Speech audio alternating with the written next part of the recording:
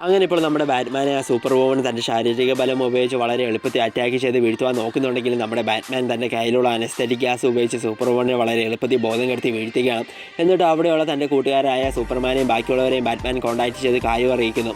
ഇതേസമയം പിന്നീട് ആ ക്യോൺ ട്രിഗർ എന്ന ഡിവൈസ് ക്യാപ്റ്റൻ സൂപ്പർ വുമൺ നേരത്തെ പറഞ്ഞ് ഏൽപ്പിച്ചതുപോലെ അവൾമാൻ്റെ കയ്യിൽ കൊണ്ടുപോയി കൊടുക്കുകയാണ്.